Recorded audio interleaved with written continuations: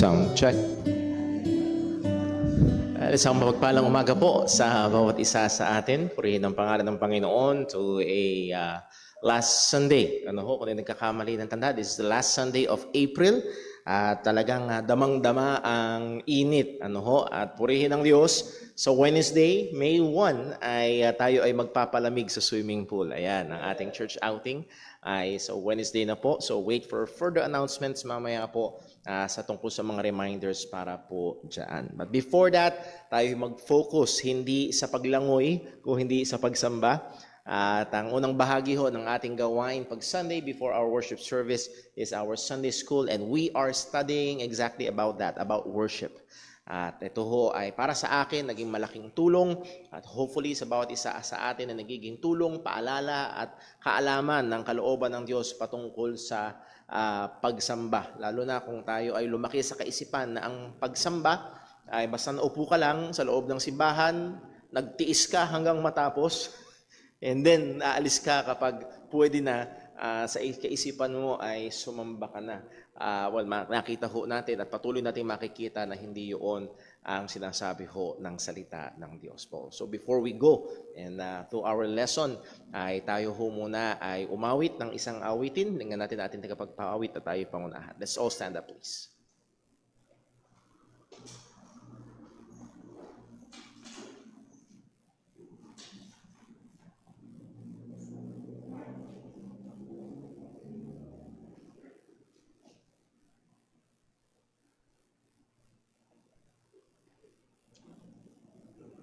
Tayo po ay mawit sa Panginoon. Awitin po natin, Oh, how I love Jesus.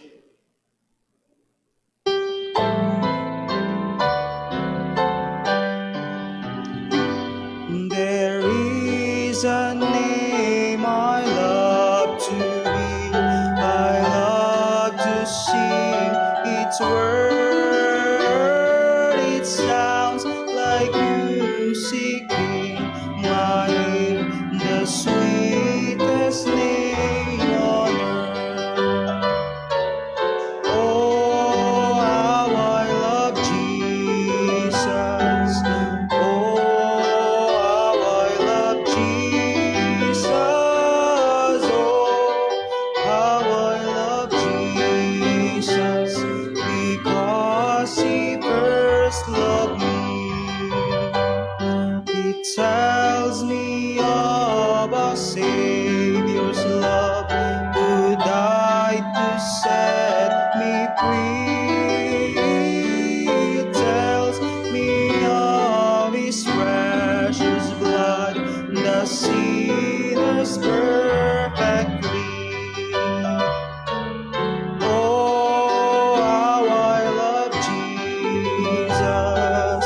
Oh, how I love Jesus.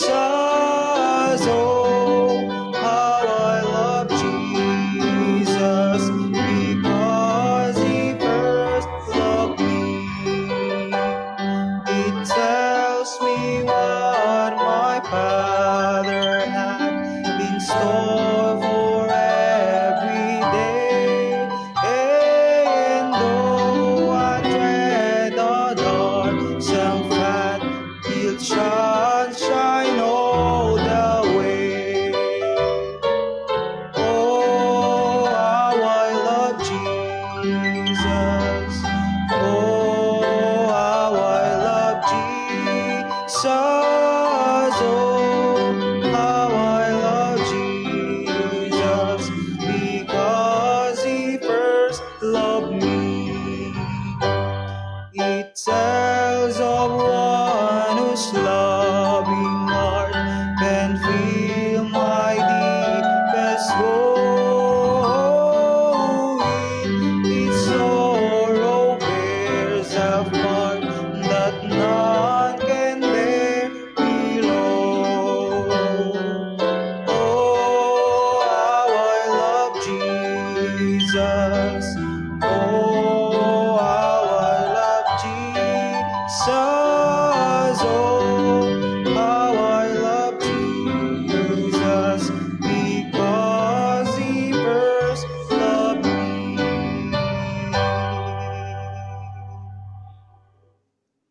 Magsipo na po lahat. Ayan, purihin po ang pangalan ng Panginoon at napakagandang awitin. Ano ho, kung minsan magagandang tinatanong yan sa mga mag-asawa, sinong unang nagpahayag ng pag-ibig sa mag-asawa? Well, pag tinanong natin ang Biblia, it's not us, but it's God through the Lord Jesus Christ ang unang umibig sa atin. At kung tayo ay talagang nakaranas ng nagliligtas na pagmamahal ng Panginoon, isa sa mga ebidensya ay mahal natin ang Panginoon. Ano? At kung hindi mo mahal ang Diyos, ang sabi ng Biblia ay hindi ka mananampalataya. Ano? So tayo ho ay dumako sa ating pag-aaral. Again, worship, our greatest priority. Kung na yung naalala ho, we were made by God to worship. We were saved by God to worship. At ang pangunahing gawain natin talaga ay luwalhatiin, sambahin ang ating Panginoon. So before we go to our review and our lesson this morning, tayo ho muna ay manalangin. Panginoong Diyos, aming Ama sa langit, tunay, salamat na Ikaw ang unang nagmahal sa amin. Kami, O Diyos, na hindi ka ibig-ibig, kami, Panginoon, na marumi, kami, O Diyos, na mga rebelde. Ang sabi ng iyong salita, kami mga makasalanan pa, si Kristo ay namatay para o dahil sa amin. O anong pag-ibig ito, O Diyos, at tulungan mo nawa kami, kahit kaunti pa, Panginoon, ay lalo naming maunawaan, makita ang dakilang pagmamahal mo na ito, at ito'y lalong magtulak sa amin sa pagsamba, sa paglilingkod sa iyo. Lord, we pray sa aming pag-aaral po ngayong umaga, tulungan mo nawa kami, bigyan mo kami ng bukas na puso't isipan, at tulungan mo kami, O Diyos, na magkaroon ng mapagkumbabang kalooban upang tanggapin ang iyong mga katotohanan.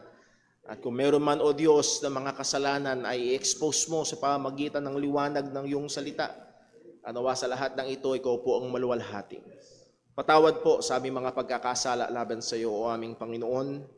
Amin din pong hinihiling na tulungan mo po ako bilang tagapagturo at bawat isang makikinig. At lahat ng papuri ay mauwi sa iyong dakilang pangalan lamang. Ito'y aming hiling sa ngalan ng aming Panginoong Hesukristo. Amen. So muli ho, welcome po sa bawat isa, maging sa ating mga kasama online. And again, this is our theme verse and I would like to commend this to your memory. Hopefully pagkatapos ng ating lesson ay nadagdag na ito sa mga talata na ating saulado. Give unto the Lord, O ye mighty. Give unto the Lord glory and strength. Give unto the Lord the glory due unto his name. Worship the Lord in the beauty of holiness. So yan palang dalawang talata na yan ay bundat na ng napakaraming mga katotohanan. Nevertheless, ay tayo ay magpatuloy sa ating pinaka-lesson. So why study about worship? Kinover natin yan.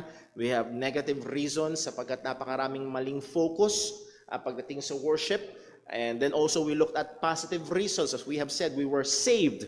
Tayo ay niligtas ng Diyos upang sumamba sa Kanya. Hindi tayo niligtas to have our best life now. Niligtas tayo para sumamba, magbigay puri sa Panginoon. Nakita rin natin that the most important thing sa worship is our Lord, ang ating Panginoon. God is the single most important matter in worship and that does not change. Hindi nagbabago yun at hindi nagbabago ang Diyos. Again, give unto the Lord the glory due unto his name at hindi yun nagbabago anuman ang ating circumstansya. Okay? Nasa tuktok ka man ng bundok, ika nga nila, nasa tugatog ka ng buhay, he is worthy to be worshipped. At tayo man ay nasa libis or nasa valley ng kadiliman ng ating buhay, ay he is still worthy to be worshipped. At paborito kong example dyan ay si Job. Pagkabalita sa kanya na namatay lahat o nawala lahat ng kanyang ari-arian, namatay lahat ng kanyang mga anak, anong tugon ni Job? He worshipped. He worshipped. Then pinag-aralan natin Jesus Christ and our worship. And this is the truth. No worship is acceptable to God apart from the mediation of Jesus Christ. Walang pagsamba na katanggap-tanggap sa Panginoon liban sa pamamagitan, pagmimediate ng ating Panginoong Hesukristo. That means, isa sa mga malinaw na implikasyon yan ay ang pagsamba ng mga hindi ligtas ay hindi katanggap-tanggap sa Panginoon. Ang pagsamba ng maging ng mga churches or religions na nagpapakilalang Christian kung hiwalay sa ebanghelyo ay hindi katanggap-tanggap sa Panginoon. Now, hindi lang yun, pero ito ang foundation. Kahit na sabihin natin, pupunta tayo sa ating pag-aaral sa regulative principle of worship. Ano yun, Brother Paul?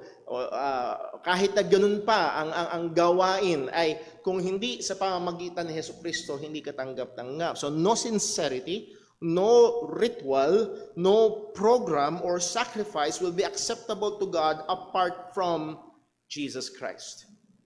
And sad to say, dito nakatungtong ang marami. Basta sincere ka lang, kahit anong gawin mo, basta sincere ka lang.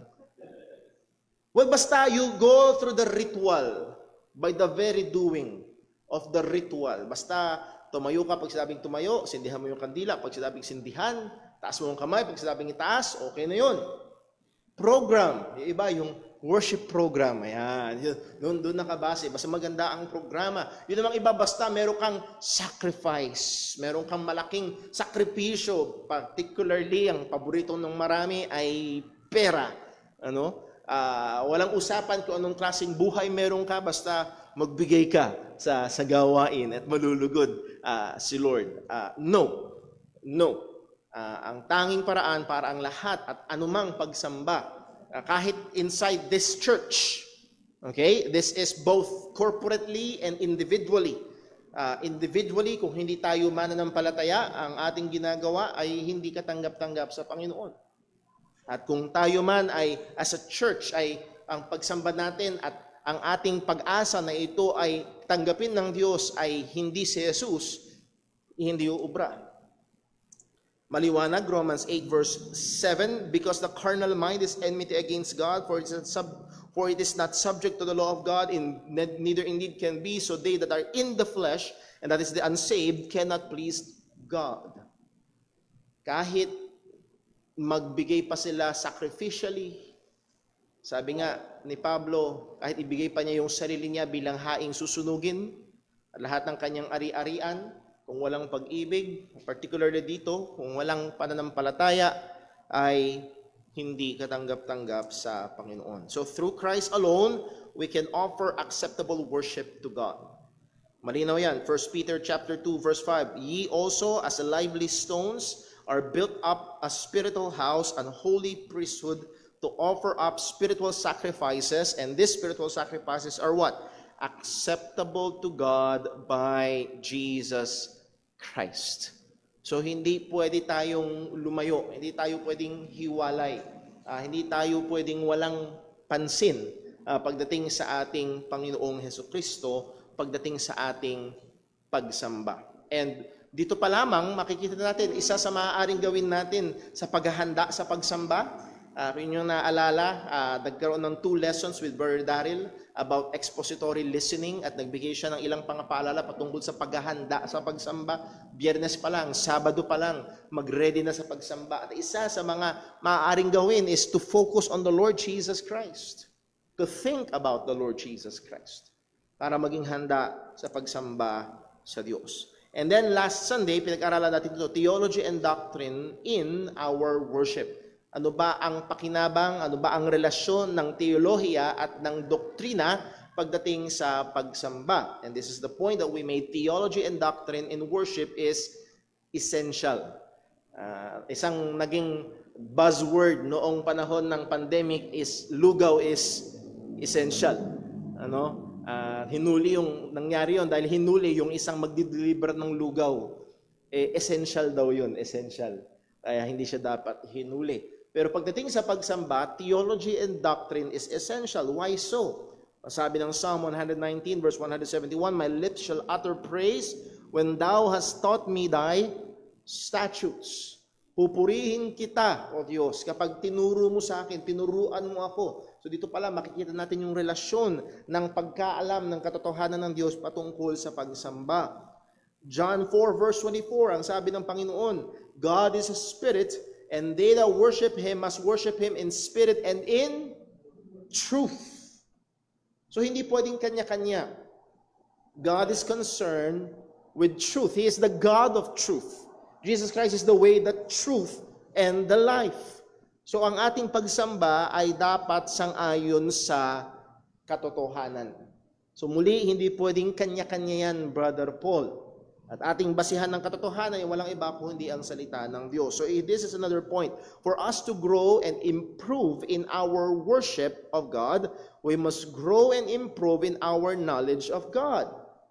We must grow and improve in our theology and doctrine.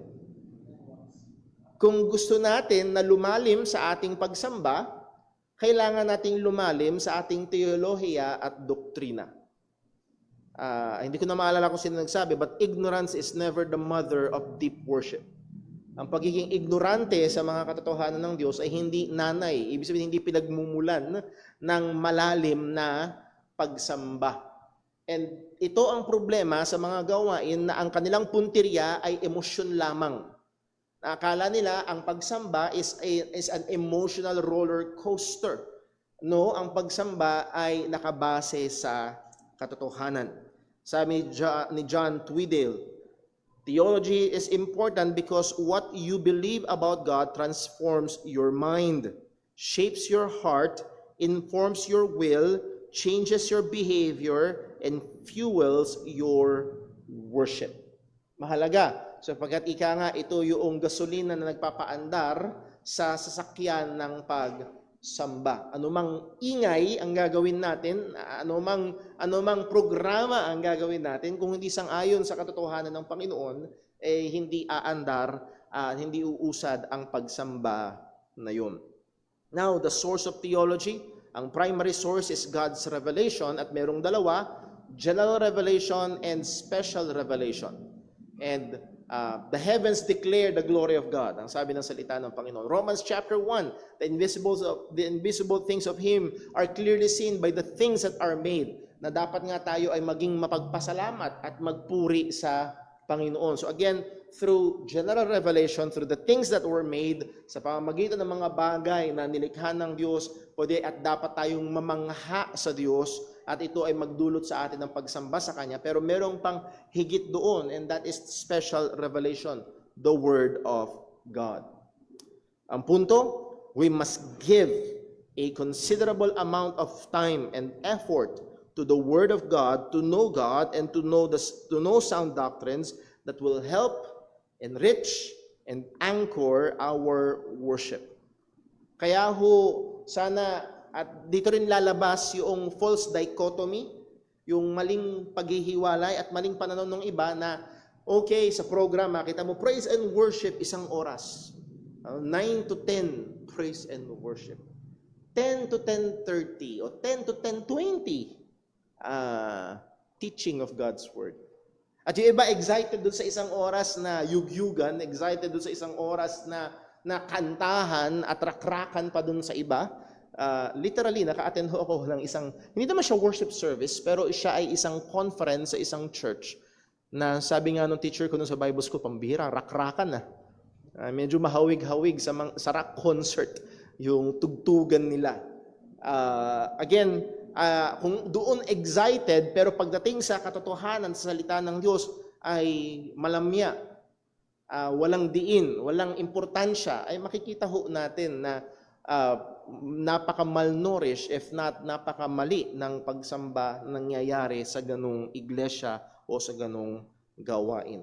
So, kung gusto natin na lumalim sa ating pagsamba, kung gusto natin na lalo pang maangkla tayo, that means hindi tayo matangay ng kahit anumang bagay mula sa ating pagsamba, kailangan natin magbigay, mag-invest ng panahon pagdating sa ating pag-aaral ng salita ng Diyos. Kaya ho talaga ang Sunday School, lalo na ang ating preaching, ay malaking bahagi sapagkat kung babalik tayo sa Psalm 119, 171, I will praise thee because thou hast teach me thy statutes. At kung sa biyaya ng Diyos, for example, sa Sunday School, may ginamit na maybe isang talata or maaaring isang katotohanan na nasaysay mula sa salita ng Diyos na nag-click sa iyo, na nagpakita sa iyo ng kakulangan o nagpakita sa iyo ng biyaya ng Panginoon sa iyong buhay.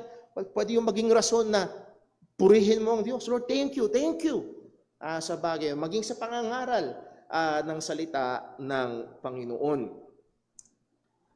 Now, ito ang ating pinaka-lesson ngayong umaga, at hindi natin ito matatapos ngayong umaga, tatawid ito hanggang next Sunday, our skills and our worship. Our skills and our worship. Pag sinabing skills, it pertains to our competency of doing something. Yung pagiging competent natin, yung kahusayan natin sa paggawa ng mga bagay-bagay. And we have different skill sets. Yung iba mahusay magtugtog o tumugtog. Yung iba mahusay kumanta. Yung iba ay may iba't ibang kahusayan na ibinigay sa atin ang Panginoon. So meron ba itong kinalaman sa ating pagsamba? We've looked at the importance of the head, that is our theology, and the heart, and that is our sincerity. Muli, ang sabi ni Jesus, itong mga taong ito ay pinupuri ako sa pamagitan ng kanilang mga bibig, ngunit ang kanilang puso ay malayo sa akin. So it's not just doctrine, but it's also the heart. It's not either or, parehong mahalaga. At nakita natin na ito'y mahalaga sa pagsamba. We will now give consideration to our hands in worship. Yung ating kamay. That means our skills or abilities in worship. Yung ating mga ginagawa, yung ating abilidad, yung ating kakayahan pagdating sa pagsamba. Note, all corporate worship. Pag sinabi natin corporate worship, yung sama-sama. Yung ginagawa natin tuwing Lord's Day. Nagtitipon tayo para sambahin ng Panginoon. So all corporate worship service utilizes the skills and abilities of the members of the church. Lahat. Be it a church of 15 to 30 people, maaaring ang church ay 15 lamang sila. Sabihin natin ang church ay 10 lamang sila. At yung 5 doon, pamilya ng pastor. Still, gagamitin pa rin yung ability, gagamitin pa rin yung skills ng mga nahandun sa church para yung gawain ng pagsamba ay mapangyari. Or, kahit ang church ay 15 to 30 na mga tao, may need and use the skills of only a few people, but a church of 1,000 to 5,000 people, every Lord's Day may need hundreds of believers using their abilities and even specialties in and for corporate worship. Na meron talagang mga mananampalataya at sa biyaya ng Diyos sa ating church. Kung yung naalala, nung first year ng pandemic, minsan in and out na pwedeng magtipon, then hindi na naman pwede. At yung naalala nyo, nahandyan pa yung mesa natin, nandyan pa yung kurdon, yung cellphone, at ang gawain ni Brother Paul ay tatakbo doon, mag-aayos, tatakbo dito, takbo doon, tabok dito. Ang kahalinhinan ko ay si Brother Gab bilang song leader. At salamat sa Diyos, binigyan tayo ng mga kapatiran, nagdala siya ng mga kapatiran na may set of skills. Naalala ko tuloy si Liam Neeson. Naalala niyo si Liam Neeson, yung pinikulang The Taken. Kinidnap yung anak niya. Sabi niya, I don't know who you are, but I have sets of skills. And I will find you. And I will kill you. Sets of skills na gagamitin niya para hanapin yung kanyang anak. We all have sets of skills na pwede at dapat nating gamitin sa biyaya ng Diyos para makatulong tayo at magkaroon tayo ng bahagi sa pagsamba sa Kanya. Thank God again that He has given brothers and sisters in our church who employ their skills for our weekly services. Meron tayong mga kapatiran na may kakayahan sa multimedia, may kakayahan sa musika, may kakayahan sa pagtuturo, may kakayahan sa maraming mga bagay, at hindi kinakailangan meron kang titulo para gawin. Hindi kailangan na ikaw ay doktor o ikaw ay inhinyero na para iayos mo yung mga upuan. Not necessarily that. Kung hindi mga kakayahan na binigay ng Diyos na upang magawa ang isang bagay ng may kainaman at nag-i-improve, at ito ay magamit natin sa pagsamba sa Diyos. Note, we must strive to improve and expand. We must try to improve and expand. Anong ibig sabihin? Improve yung meron na. improve yung meron na. And then we can also expand. Mamaya makikita, or kundi mamaya, next Sunday, makikita ho natin na as we use our God-given skills, pwede itong gumawa ng oportunidad upang mas marami pang ministry ang mabuksan. For example, ang ating multimedia ministry. Merong mga churches na talagang ginagamit nila, lalo na sa panahon ngayon ng mga young people, andyan na ang AI, andyan ang social media, they utilize that, nakukuha nila at nag-e-expand ang ministry. Dati, ang ministry, may tinatawag na tape ministry. Ano yung tape ministry? Mga young people, sino sa mga kabataan ang umabot sa cassette tape? Cassette tape. Naranasan niyo, Brother Dave, yung may lapis pa pinaiikot mo para mag-rewind ka? Yung ibang mga hindi niyo nauna, yung ibang mga churches nagsimula sa cassette tape. Itatabi yung cassette recorder sa pastor, pipindutin yung record at magpipreach yung pastor. At pagkatapos, pag nag-click yung tick, dali ng mga kapatid, side B. Tuloy. So may kopya sila. At yung iba, ang ministry, ng ilang mga araw, kokopyahin nila yung tape na yon at i-distribute nila. Ngayon, meron ng podcast. Meron ng YouTube. Meron ng cellphone. Napakadali. Meron na tayong, tawag dito, FB Live. Napakadali na ng mga bagay na ito. Sumuli ay makita ho natin na pwede at napakaraming mga skills na dapat ma-develop at pwede ma-expand para ho sa ating gawain. May mga churches na ang kanilang, meron silang member na doktor at nurse. Alam niyo isang ginagawa nila? Medical mission. Because their members have those skills. Pwedeng magawa yun. So isang magandang tanong ngayon ay anong skills na meron ako? Then next na tanong, paano ko ito magagamit para sa Diyos? Paano ko ito magagamit para sa Panginoon? Next, danger. There is a tendency, two tendencies, to overvalue on one hand and to undervalue on the other hand the skills and abilities of believers in worship. May tendency at merong panganib na ma-overvalue, masyadong bigyang pahalaga, and then ma-undervalue, hindi naman bigyan ng halaga yung skills. Una, overvalue. When the success of the corporate worship or areas, okay, nagiging mas maingat tayo. Hindi lang yung kabuuan ng gawain, kundi mga areas ng gawain at yung quote-unquote success nito ay measured and greatly dependent upon the skills of particular individuals only. Ang buong church ay nakaasa.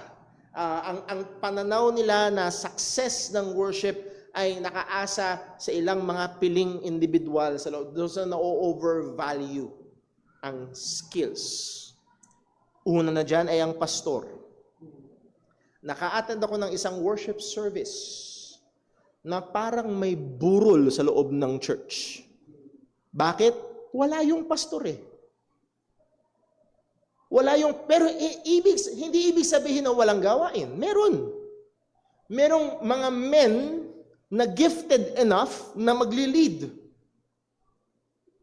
Pero dahil wala yung charisma, wala yung pagiging energetic nung usual na pastor na tumatayo sa harap, ang atmosphere sa buong church ay naka-overvalue yung skill, yung leadership, administrative, and charismatic skill nung pastor. Naka-overvalue yun. At nakadepende sila doon. So pag wala yung pastor, At salamat sa Panginoon mga kapatid, merong isang Sunday, nung January, nag-preach ako sa Macabebe, Pampanga. Si Brother Daryl ang nanguna sa gawain. At salamat sa Diyos, bilang pastor, hindi ako natuwa dahil wala ako dito, na-miss ko kayo. Pero nagalak ako sa Panginoon dahil hindi nakabase kay Brother Paul. Ang Diyos ang sinasamba. So muli, or yung iba, nakadepende sa pianist. Pag nakaschedule, minsan, may mga churches na may mahuhusay na pianista, pag nakaschedule na pianista, ay si brother ganito, wow, saya ng awitan yan. Pag nakaschedule si brother, ay, Ay? Yun namang iba, sa soloista, at minsan nangyari na ho dito, kaya maaaring yung iba ho sa inyo na nakaka-attend sa ibang church. Pero ba't sa JCBC walang tinatawag na special number? Tinawag nating song offering. Dahil nangyari na ho minsan dito sa church, na may kumanta rito sa harap, at mahusay naman, as in mahusay na pagkanta. Pero pagkatapos ng kanta, hindi napigilan ng buong kongregasyon. Kala mo tawag ng tanghalan na. Like, oh no! Oh no! Nawala sa pagsamba. Nakafocus dun sa tao. Now, purihin ng Diyos kung merong pumalakpak na, oh, Panginoon, salamat na nagbigay ka ng kakayahan sa taong ito na naawit na napakaganda at naunawaan ko yung katotohanan at nakatulong sa pagkaunawa ko sa katotohanan na yung tinig na ginamit. Purihin ng Diyos, salamat. Purihin ng Diyos kung merong ganon. Pero by and large, pumalakpak kasi ang galing mo. So, and so on. At minsan naman yung MC. May mga pagkakataon na sa gawain, may mga partikular na MC. At yun ang nagbibigay buhay. Nakadepende sa talento, nakadepende sa skills ng MC, yung buhay ng gawain ng pagsamba. I'm not saying na walang importansya yan. Yun yung undervaluing naman. What I'm saying is may panganib na ma-overvalue na nakadepende na doon, na nakasandal na tayo doon, nakasandal na ang church doon, nakatingin na ang mga tao doon para maging successful ang kanilang pagsamba. Number next, undervalue.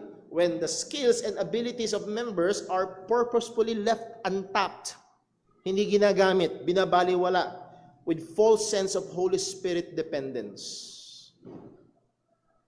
Ito ay medyo joke, pero kunin natin yung katotohanan. Pero kung narinig, at dati madalas ko itong naririnig, mga kapatid, pagpasensyahan nyo na ho, huwag nyo na lang pakinggan yung tinig, yun na lang mensahe ng kanta ang pakinggan nyo. Sabi nung katabi ko, di sana pinrint mo na lang at binigay mo sa amin. Nakuha nyo ho? Sapagkat pag hindi naman binigyang atensyon yung skills, alimbawa, ang tatayo sa harap ay sintonado. Nakafocus kayo sa Diyos o dun sa sintonado?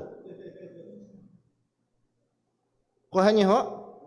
Pwedeng ma-undervalue naman yung skills. May halaga yung skills, may halaga yung abilities. Pero nababaliwala ito. So muli, parehong may danger. The goal seems to be, ito yung goal ng iba, to make the service as dull as possible.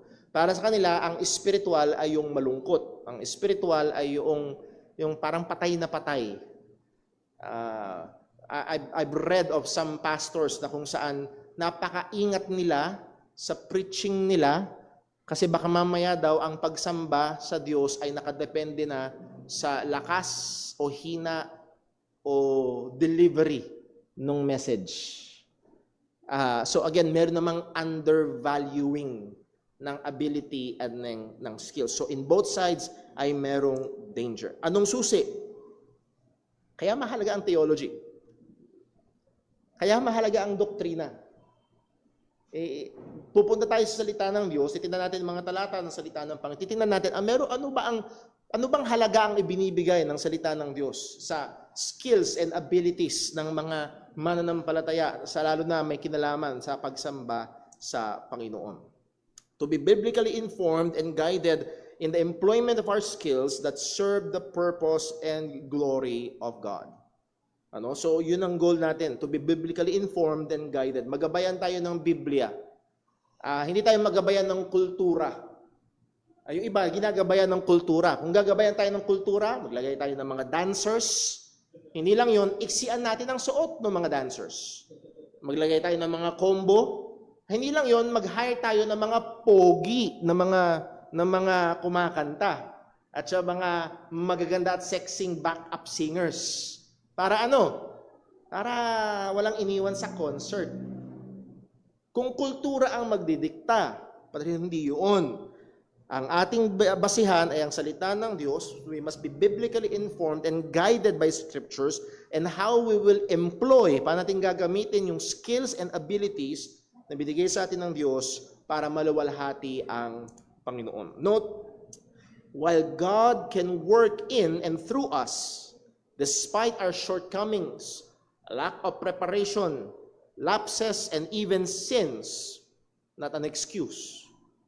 He commends skills and uses them for His glory. Okay? Unawain natin to. Ang Diyos ay gumagawa sa at sa pamamagitan natin sa kabila ng mga pagkukulang natin. Sa kabila ng minsan nakalimutan mo mag-prepare. Okay? Hindi ka nakapaghanda. At merong mga churches na malaki sa kanila ang music ministry.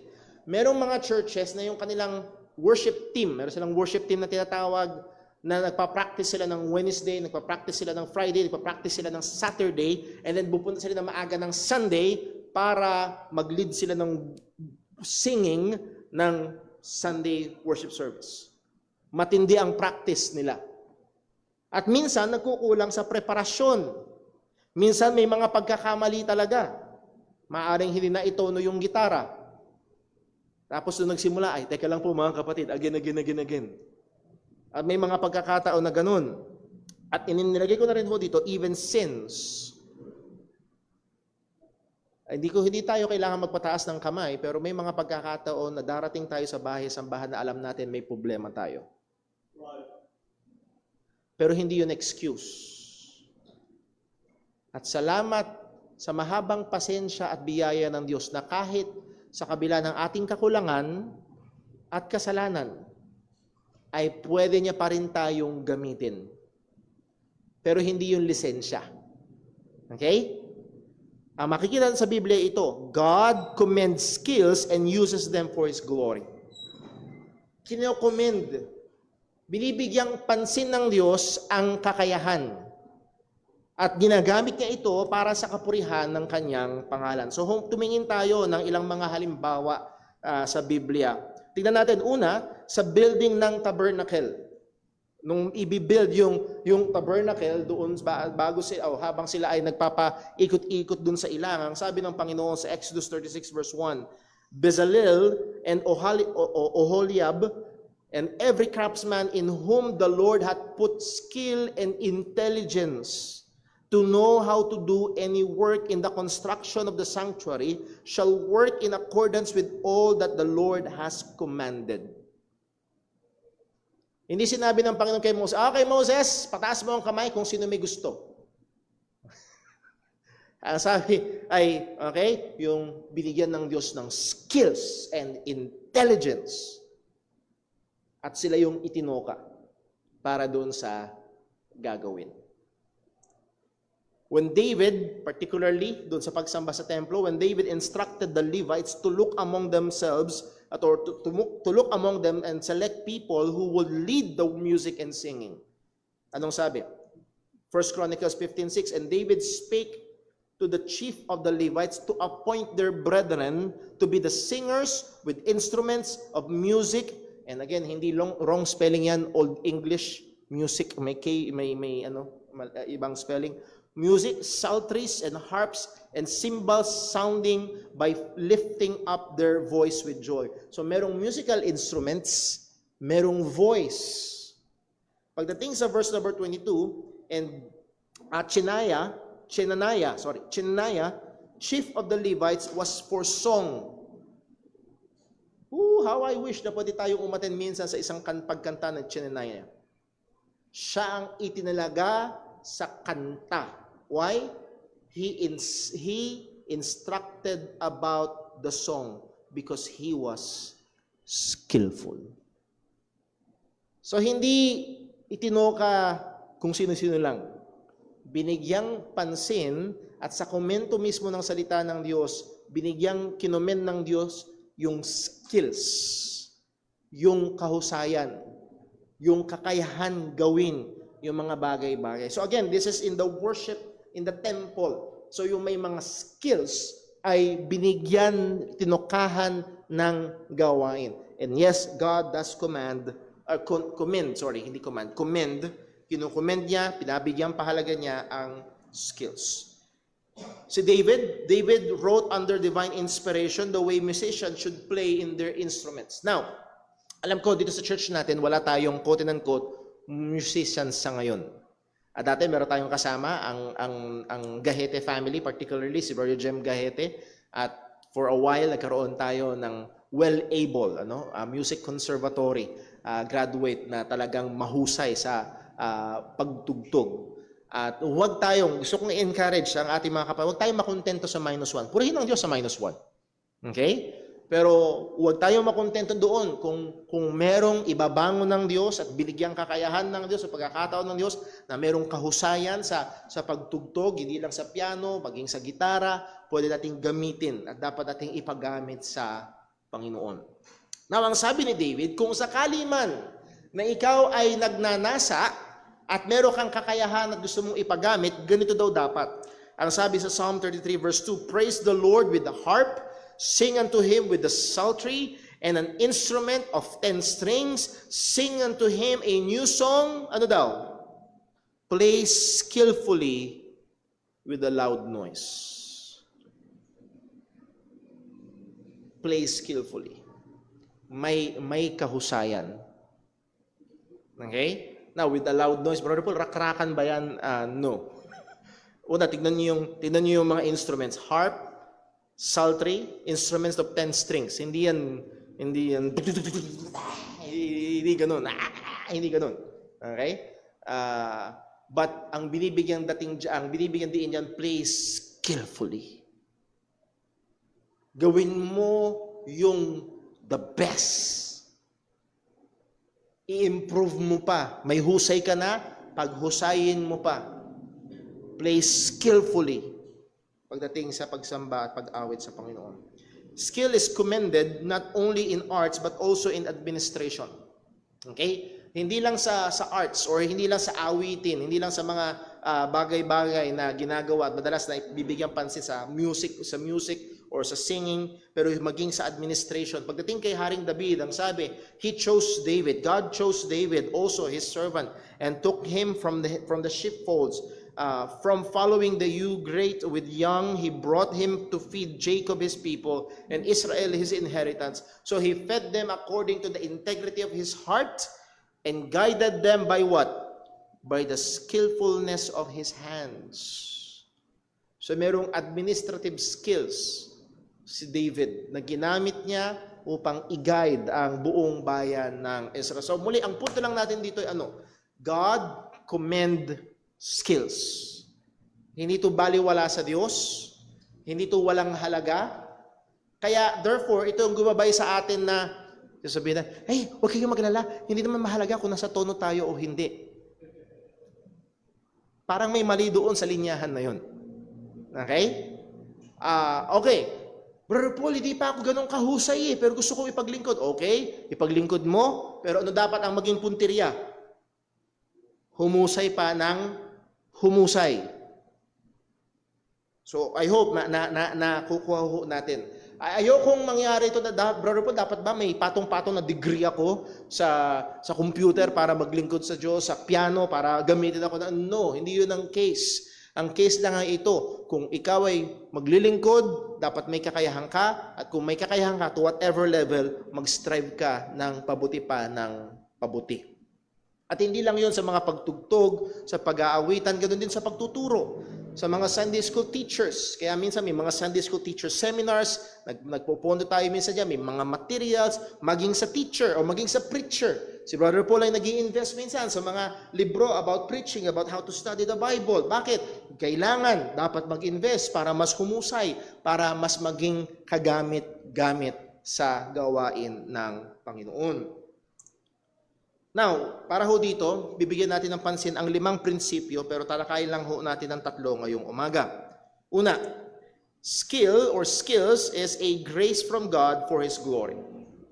Okay? Anumang kakayahan na meron tayo ay biyaya na mula sa Diyos at kailangang gamitin para sa Kanyang kaluwalhatian.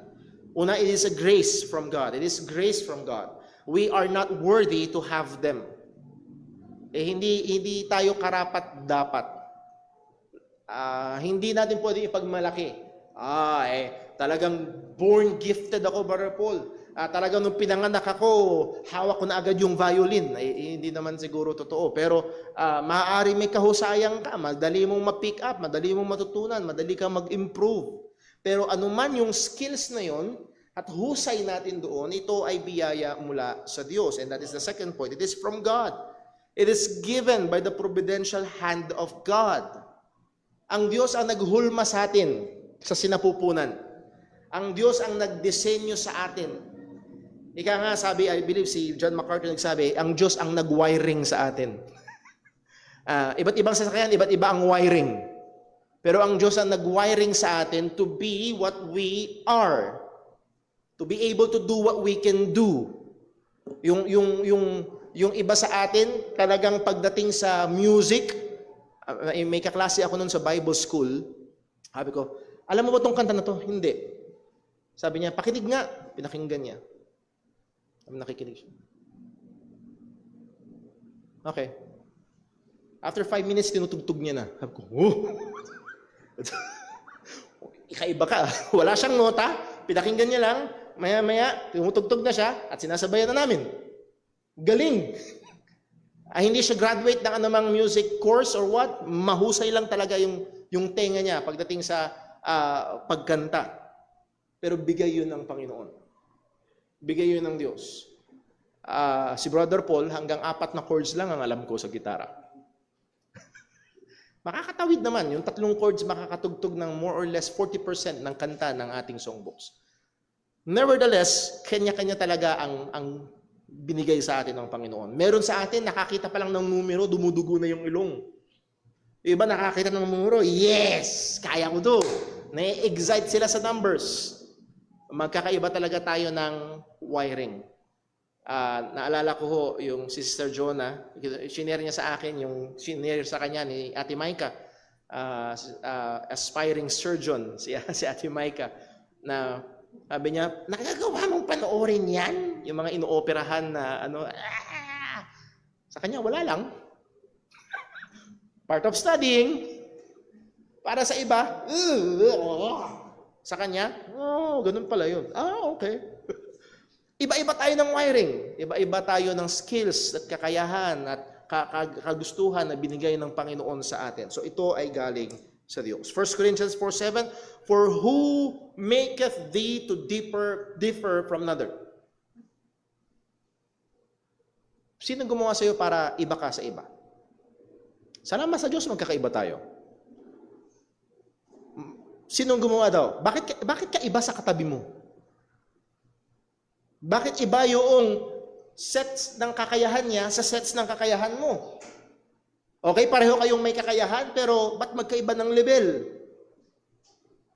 Sinong gumawa sa atin para magkakaiba? Sinong sagot? Ang Diyos. Hindi aksidente na ang kaya mong gawin ay kaya mong gawin ngayon. And what hast thou that thou did not receive? Anong meron ka na hindi mo tinanggap? Kahit na yung pang quote-unquote kakayahan na yan ay talagang pinag-inam mo, talagang hinasa mo all throughout the years, nag-spend ka ng time ng practice. Meron akong nabasa ang sabi niya, siya ay tumutugtog 4 hours a day, every day. Kung di nagkakamali, si Efren Bata Reyes, 7 hours a day, every day. Kaya siya ganun kahusay sa bilyar. Talagang ginawa niyang part, every day. Ngayon, kung meron kang kahusayan na ganyan, sino nagbigay sa iyo? Ang Diyos. Now, if thou didst receive it, why dost thou glory as if thou hast not received it? Kung sino ba tayo, ito'y galing sa Diyos. At kung galing sa Diyos, bakit ka nagyayabang? Binigay lang sa atin ng Panginoon. So kung meron dapat tumanggap ng papuri, ay walang iba kung hindi ang Diyos. It is for His glory. It is given by God to glorify Him. Again, 1 Corinthians 10:31, familiar, whether therefore ye eat or drink or whatsoever, and under that very broad whatsoever, even as we use our skills, do it all for the glory of God. So again, yung number one, skills or skill is a grace from God for His glory.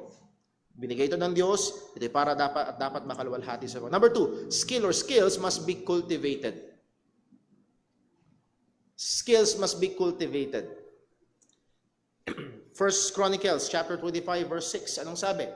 They were all under the direction of their father in the music in the house of the Lord, with cymbals, harps, and lyres for the service of the house of God. Asaph, Jeduthun, and Heman were under the order of the king. The number of them, along with their brothers, who were trained in singing to the Lord, all who were skillful, was 288. Wow. 288 voice choir who were trained. Skillful and trained. May kakayahan sila at nag-training sila para sa maging part sila ng pag-awit doon sa templo. Sa New Testament, meron tayo, sabi ni Pablo kay Timothy, "Wherefore I put thee in remembrance that thou what? Stir up."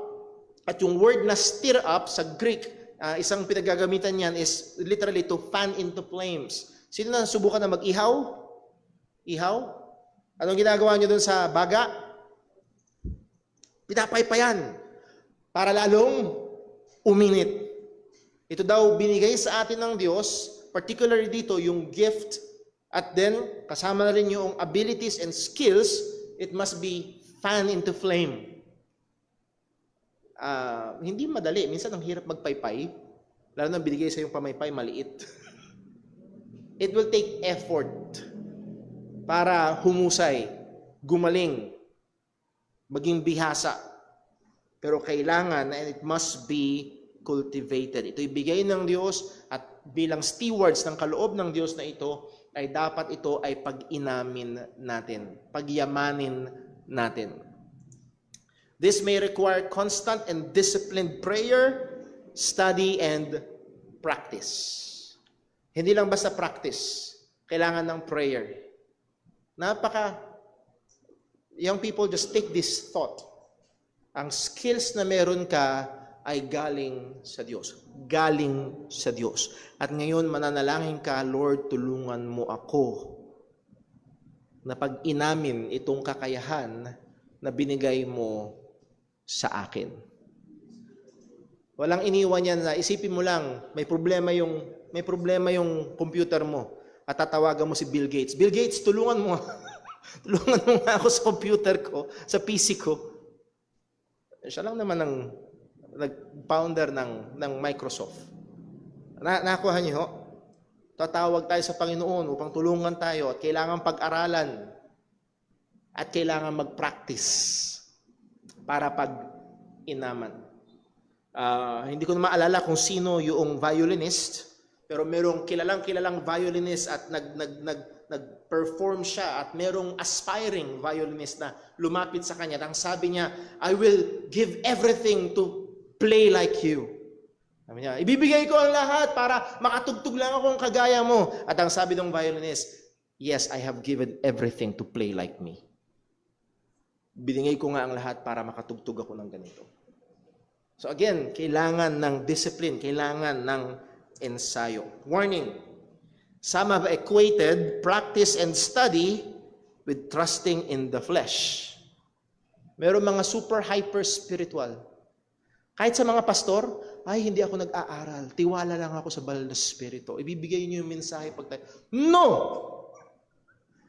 Ang tawag doon katamaran. Sounds spiritual, but very wrong. Ang sabi ng Biblia, merong they that labor in word and in doctrine. They labor. So muli, ay kailangan ho nating bigyang pansin. At yung iba ay merong kakaibang pananaw na pag nag-practice ka, pag pinag-aralan mo, yan daw ay pagtitiwala sa laman. Not necessarily so. Tingnan nyo, si Haring David, bago sila lumusob sa gera, alam nila may mga kaaway. Tingnan nyo ba, pinag-i-ensayo niya yung mga sundalo niya o hindi? Siguro, okay, target practice. Okay, practice sa espada. Hindi sila, mga kabayan, wag na kayo mag-practice, tiwala lang tayo kay Lord. Ang sabi ng salita ng Diyos, the horse is prepared in the day of battle. Naka-prepare ba? But salvation is of the Lord. Or victory is of the Lord. Nakalimutan ko yung eksaktong salita. Pero ang tagumpay ay manggagaling sa Panginoon. Magpe-prepare ka, pero ang pagtatagumpay ay manggagaling sa Diyos. Number 3, at dito tayo manatapos. Skill or skills does not make worship more acceptable to God. Mahalaga to. Ang skills o yung level ng skills natin ay hindi ito ang magpapaging katanggap-tanggap ng ating pag-awit o ng ating pagsamba sa Diyos. Mga kapatid, right now, may mga churches sa ibang mga lugar na maaaring 4 na poste lang, bubong o yung iba na sa ilalim ng puno. At kakanta sila ng Amazing Grace. Walang tugtog, maaaring may mga sintisunado, pero katanggap-tanggap sa Diyos yung kanilang pagsamba. Nakuha niyo ho? Pero maaari din naman na merong mga quote-unquote churches na ginagastosan ng 100,000 kada linggo yung kanilang production number. Pero hindi katanggap-tanggap sa Diyos. Hindi yung skills natin ang nagpapaging dapat sa Panginoon. Abundance or lack of abilities does not determine the acceptability of our worship. Sana wag niyo pagkamalian, Brother Paul, sintonado ako, ibig sabihin ba hindi ko masasamba? Hindi yun ang punto.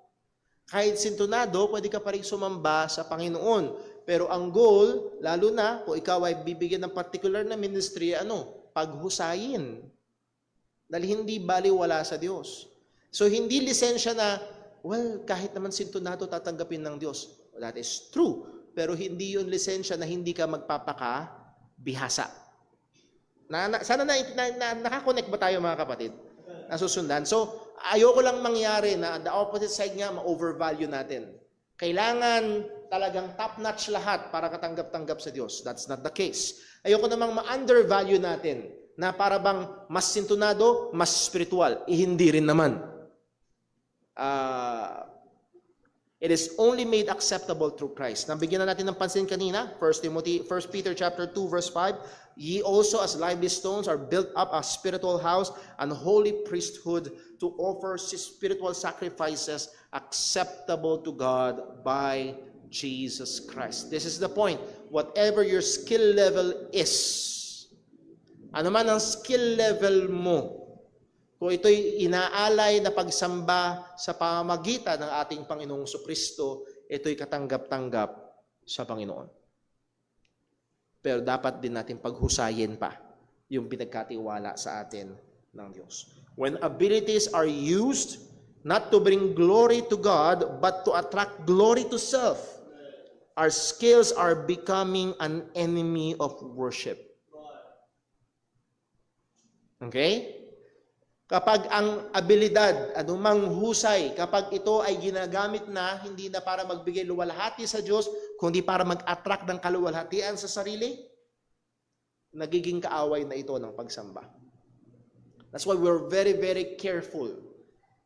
Sabi ko nga ho sa inyo, kung sakali mang magkaroon ng, halimbawa sabihin natin, ano ba tawag doon? Mini drum set or half drum set, kung ano man ang tawag doon, dito sa church na nakakatulong sa percussion ng tugtugin. And I've seen churches, dun sa inatidan namin dun sa Amerika, meron silang almost half orchestra. Merong siguro mga 20 o 30 tao, iba-ibang instrumento. May trumpet, may lyre, may mga flute. Talagang nakahilera sila doon. Tumutugtog yun ng gawain na natutugtog sila. May orchestra talaga sa bawat worship service. Sakap, ang ganda, nakakatulong, na-appreciate mo yung music. Pero kung ginagawa na yon to attract glory to self. At minsan, merong mga pastor na hindi maingat, Talagang gusto nilang i-develop yung music ministry nila. Bakit? Gusto nilang ipagmayabang. Wala ka sa church namin. Ang huhusay ng mga... again, we can glory in the Lord. We should glory in the Lord. Pero kung ito'y humahatak na ng kaluwalhatian para sa sarili, ito'y nagiging kaaway na ng pagsamba. Let me end with this. Bob Coughlin, ang sabi niya, while God values skill, He doesn't accept our worship on the basis of it. Even if I can play the most complex chord progressions, write better songs than Matt Redman, hindi ko kilala yon, or play a song flawlessly, I still need the atoning work of the Savior to perfect my offering of worship.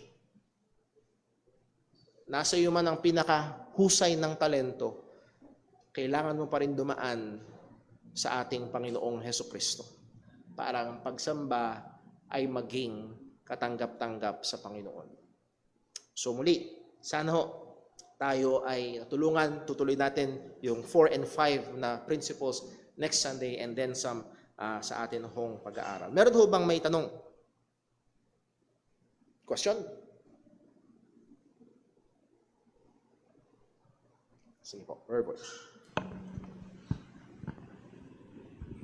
Good morning po.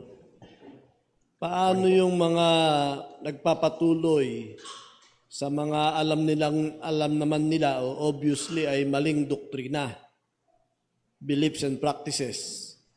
Worthy ba yung kanila bang pagsamba ay acceptable to God? Halimbawa, yung may pastora o yung pinakikipaglaban nating obligatory tithing.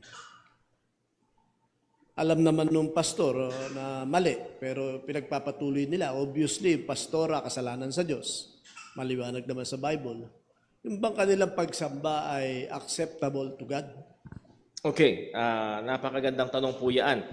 Yes, dahil meron talaga, walang church na perpekto. Walang church. One way or another, meron, yung iba major, yung iba minor ang nagiging problema. At as we have studied, pagdating sa, for example na lang, sa gospel.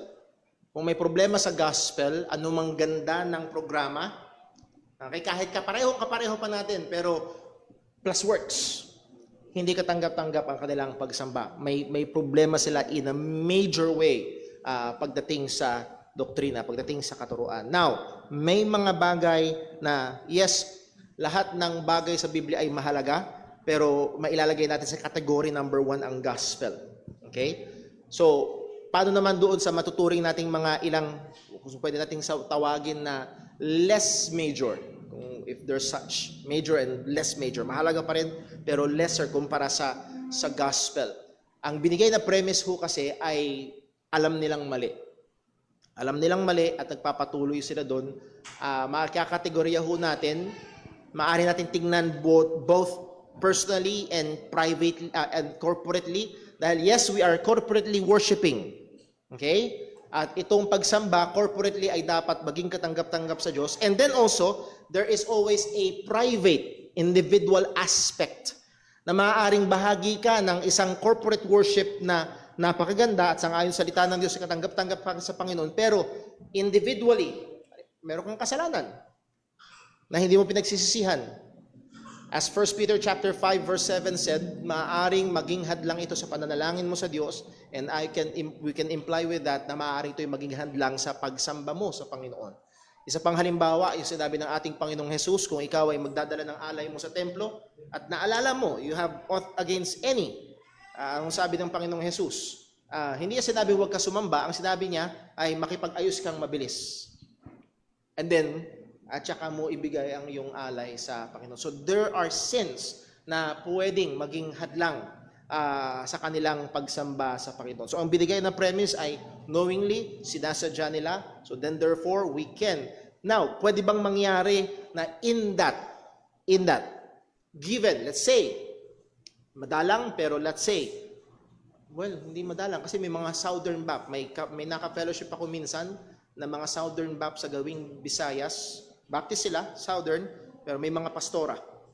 Okay? So, sangayon sa kanyang patotoo, ang gospel ay tama. Ang gospel ay tama. Nag-usap ko in-interview ko siya, ang gospel ay tama. Pero pagdating doon sa aspeto ng women preachers, doon sila bagsak. Now, pwede bang mangyari na so much so yung epekto na yung corporate worship ay hindi katanggap-tanggap sa Diyos? Yes. Now, pwede bang mangyari na in that corporate worship, merong isang individual na mananampalataya na talagang nagpupuri, sumasamba sa Panginoon, umaawit sa Panginoon, nalangin sa Panginoon, na yung kanyang ginagawa na yun ay katanggap-tanggap na papuri sa Diyos? Maaari natin sabihin na yes. So, in every corporate setting, merong individual aspect. Now, kung individually, gusto mo talaga, kung individually sumasamba ka sa Panginoon, supposed to be nanasain mo na corporately, ay maayos din, na ikaw ay nabibilang sa maayos na pagsamba sa Diyos. Na kung hindi man posible na makausap at maayos yung problema na yun nga, ang binigay na example ay women preacher. Hindi maayos yun, ay humanap siya ng ibang church na kung saan ang corporate worship ay magiging sa kaparaan na ginagawa na ito ay nakakapuri sa Panginoon. Thank you po. Meron pa po ba may tanong? It's very just po. Thank you. Good morning po. Brother, tinatanong lang ng wife ko kung ang mga pag-aawitan din ba ng mga kabataan, mga bata talaga, as in, hindi pa nila naiintindihan yung ebanghelyo, pero wala pa silang muwang, pero umaawit sila ng mga awitin para sa Panginoon. Katanggap-tanggap din po ba yung ganong pag-awit nila as a sign of worship or hindi?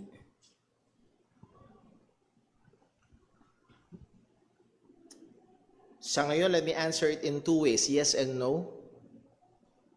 No in a sense na hindi katanggap-tanggap dahil wala pa sila sa Panginoong Hesukristo. Yes in a sense na pwede natin tignan na lahat ng nilikha ng Diyos, if it is functioning according to its God's design, it's giving glory to God. Kaya, again, the heavens declare the glory of God. There's no language that their speech is not heard.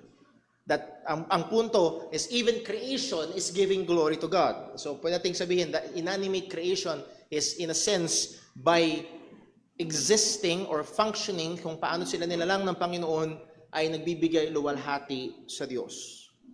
So therefore, in that sense, pwede nating not in a salvific way, pwede natin tignan na yung mga bata na umaawit ay umaawit sila ng patungkol sa Panginoon. Tingin ko pwede natin sabihin na hindi naman galit doon ng Diyos.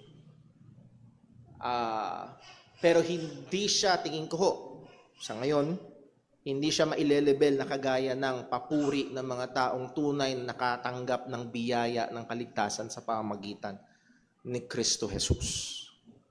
So, sana na unawahan niyo kung saan ako nanggagaling. Sa ngayon, hindi ko pa napag-isipan yung ganong tanong. Ngayon ko pa lang nag-isipan, pero ganun ko titignan yung bagay na yun. Thank you po. May second question lang po. Second question is about dun sa skills po.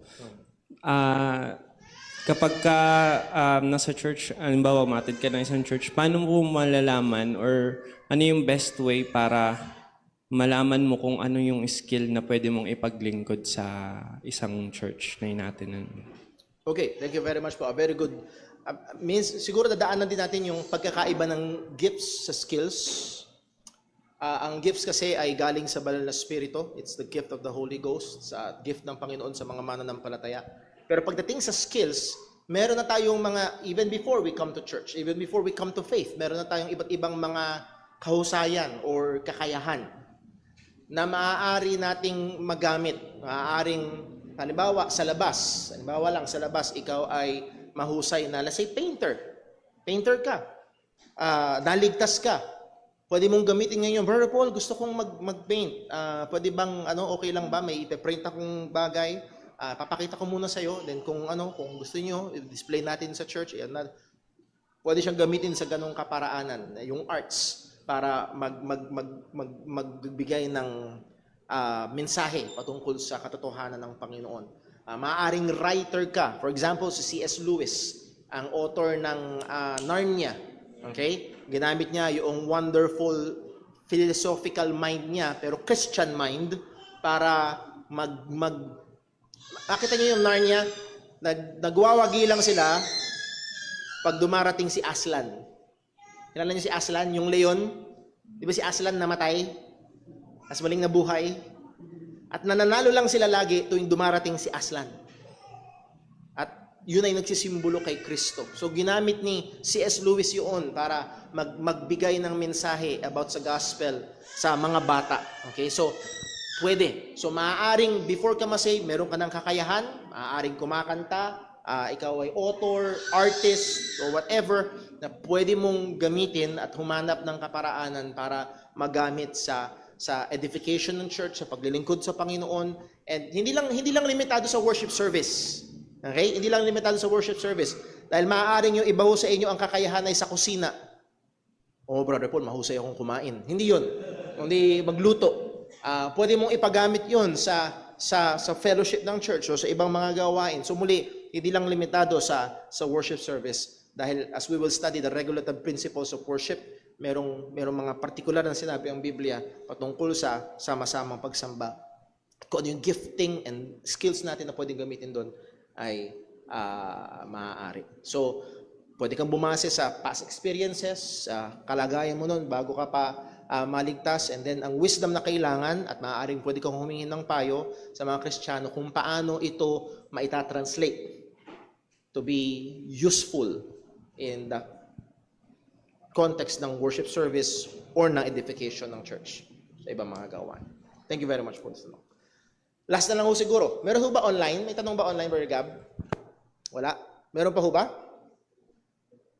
Going once, going twice. Ay, si Brother Boy po. Baka meron pa daw ho. Kung wala, sige po.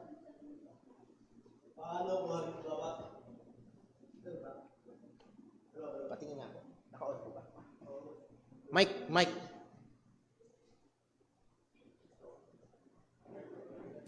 Hello, Mark. Ayun, okay na. Paano naman kung halimbawa yung mismong pastor, ginagamit niya yung skill niya, mahusay siyang manalita,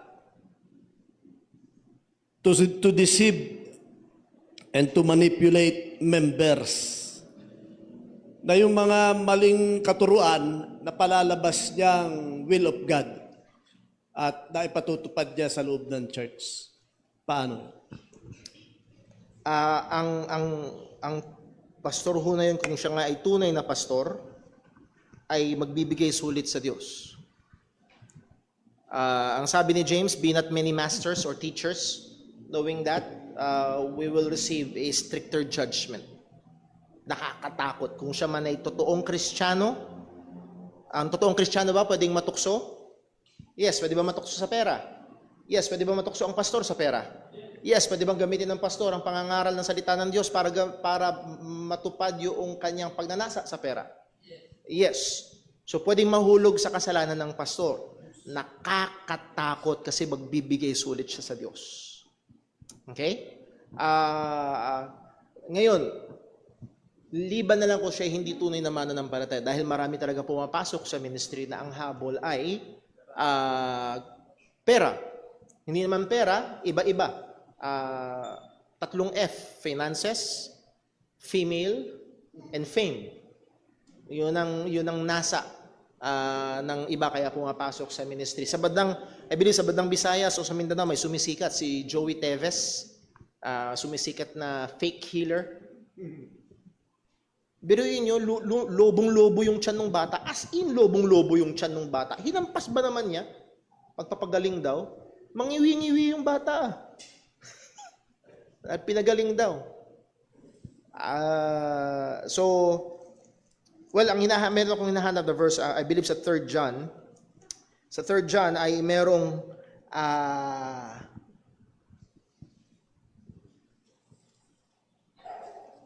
okay.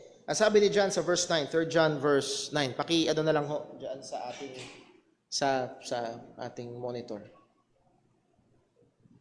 Si John the Beloved, ang last living apostle, ay sumulat sa church. Hindi natin alam particularly kung anong church ito.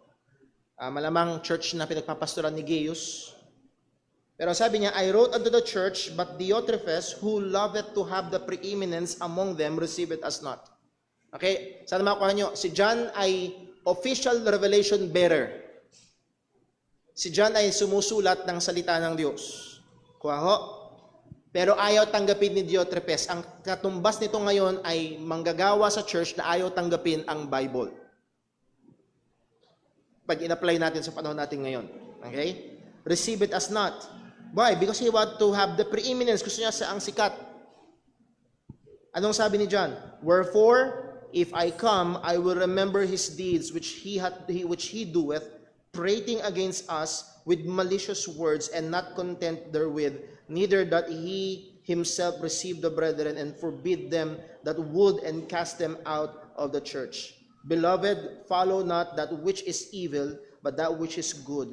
He that doeth good is of God, and he that doeth evil hath not seen God. That means walang tunay na relasyon sa Panginoon. Sa verse 10, makikita natin dyan, may church discipline mangyayari. Pagdating ko dyan, sabi ni John, aalalahanin ko yung ginawa niya. So, maa-apply ang church discipline. And then, ang sabi sa verse 11, wag niyong sundan. Kung ang isang mangangaral ay ginagamit na mapandaya ang salita ng Panginoon, ang obligasyon ho nating sundan ay ang Diyos, hindi ang mangangaral. Ngayon, pag ang sinasabi ng mangangaral ay isang ayon sa salita ng Diyos, obligasyon nating sundin ang Diyos na pinangangaral ng mangangaral. So sana ho ay maging malinaw, maging maing. Kaya napakaganda na tayo ay lumago sa salita ng Panginoon. Bakit? Dahil pag may nangangaral, pwede nating ma-filter. Teka muna, yung sinasabi niya. Pag sinasabi ng mangangaral, ang pastor laging pogi. Parang may mali dun ah. Mga kapatid, nagimbal ako. Totoo, nagimbal ako. Nung camp, naka-fellowship ko ang isang pastor na lawyer. Nasabi ko na kaya tato dito. Na sa bylaws mismo ng church, nasa batas ng church. Number 1, the pastor is always right. Number 2, if you have problem, go back to number 1. Number 3, the pastor cannot be subject to church discipline. Hindi pwedeng disiplinahin ng church ang pastor. Laging tama ang pastor. Nasa bylaws ng church. Kaya yung isang makapalang apog na lalaki doon sa Pasay, sabi sa church nila, pasalamat pa nga kayo nagpa-under discipline ako. Ano ang utang na loob ng church na nagpa-under discipline ka? Actually, hindi siya nagpa-under discipline. Nagsama siya ng mga pulis sa church kasi inagaw niya yung church. Ang basihan niya, bylaws ng church. So, merong mga predator. At kung gano'n ang bylaws ng isang church, alis. Napaka mapanganib. Yung mga ganun. Sabi ko doon sa kausap kong abogadong pastor, sabi ko, pambihira. Kahit anghel, hindi kayang sabihin yun. Angel is always right? Hindi. Ang diablo, pwede niya i-claim yun. Mga kapatid, the pastor is not always right. At kung ang pastor ay may problema, kailangan idaan sa disiplina. At hindi siya exempted sa bagay na. Now, humahaba ang ating usapan. Let's pray. Panginoong Diyos, aming Ama, sa langit, salamat po. Salamat po, O Diyos, sa iyong biyaya. Salamat sa iyong gabay, sa iyong salita. At nawatulungan mo kami bilang mga tao, bilang mga mananampalataya, lalo na pinagkatiwalaan mo ng mga kakayahan, ay nawa magamit namin ito para sa kapurihan ng iyong pangalan. Ingatan mo po ang iyong iglesia, O Diyos, aming patuloy na kinikilala na lahat kami ay may kahinaan, lahat kami, O Diyos, ay may mga kakulangan. Nawa ay patuloy mo kaming tulungan, patuloy mo kaming baguhin sa wangis si Kristo, at patuloy mong buklurin na may pagkakaisa ang iglesyang ito para sa kalawalhatian ng pangalan mo. Pagpalain mo po maging ang time ng aming fellowship at ang paghahanda sa pagsamba, dalangin natin sa pangalan ng aming Panginoong Jesus. Amen. 15-minute break time po tayo. 10:10 ay balik po tayo para sa ating worship service. Ang mga gusto na hong magbayad,